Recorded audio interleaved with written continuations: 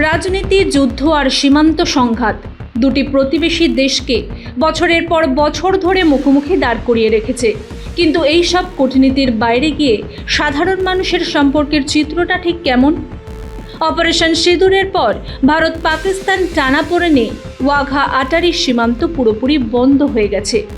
কিন্তু সীমান্ত বন্ধ হলেও থামানো যায়নি দুই দেশের জনগণের ভিতর সাংস্কৃতিক ও আত্মিক টান। তা সে সিন্ধু প্রদেশই হোক বা আজাদ কাশ্মীরি হোক, সীমান্তের ওপারের এক বড় অংশ নিজেদের বৃহত্তর ভারতের অংশ বলেই মনে করে। অপারেশন সিঁদুরের পর অবশেষে সব বাধা পেরিয়ে 150 জন পাকিস্তানি সিন্ধি হিন্দু কনে পা রেখেছে ভারতে।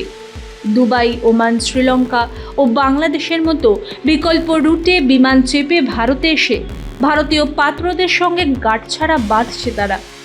এখানে একটি বিশেষ সামাজিক ও রাজনৈতিক দিক লক্ষণীয়।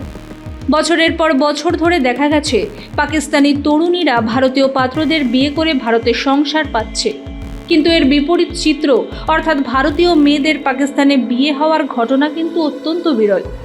রাজনৈতিক বিশ্লেষকদের মতে পাকিস্তানের সামরিক ও রাজনৈতিক নেতৃত্ব নিজেদের ক্ষমতা ও রাজনৈতিক অস্তিত্ব টিকিয়ে রাখতে ভারতের বিরুদ্ধে সংঘাতের পরিবেশ বজায় রাখে।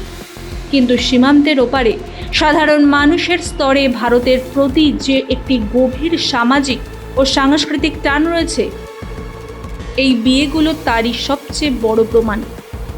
সীমান্তের জটিলতার কারণে যখনই এই পাকিস্তানি তরুণীদের ভিসা বারবার বাতিল হচ্ছিল, তখন আশার আলো হয়ে দেখা দেয় রায়পুরের সন্ত যুধিষ্ঠির লাল সাদানি। পাকিস্তানের ঘটকিতে অবস্থিত ঐতিহ্যবাহী সাদানি দরবারের এই প্রধান উদ্যোগ নিয়ে ভারতের স্বরাষ্ট্র মন্ত্রককে বিয়ের জন্য আটকে থাকা কনেদের একটি তালিকা পাঠান। ভারতের স্বরাষ্ট্র মন্ত্রক এই আবেদনের ওপর মানবিক সিদ্ধান্ত নেয়। শর্ত রাখা হয় স্থল সীমান্ত নয়, তৃতীয় কোনো দেশের মাধ্যম হয়ে বিমানে ভারতে আসতে হবে। সিন্ধি সমাজের নেতা রাজেশ ঝাম্বিয়া জানিয়েছেন, চলতি বছরের এপ্রিল থেকে এবছর পর্যন্ত 150 জন কনে এবং তাদের পরিবার ভারতে পৌঁছেছেন।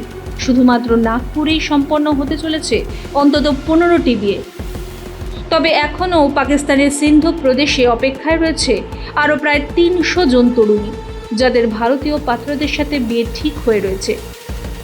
পাকিস্তানের রাজনীতিতে ভারতের নাম ব্যবহার করে যতই বিদ্বেষ ছড়ানো হোক না কেন, সাধারণ মানুষের বাস্তবতা একেবারেই আলাদা।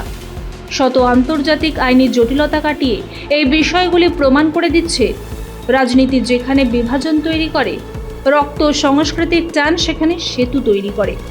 ভারত পাকিস্তানের এই রাজনৈতিক ও সামাজিক বাস্তবতা নিয়ে আপনার কী মতামত? কমেন্ট করে অবশ্যই জানান। প্রতিবেদনটি ভালো লাগলে লাইক ও শেয়ার করতে ভুলবেন না। ব্যুরো রিপোর্ট, মাধ্যম।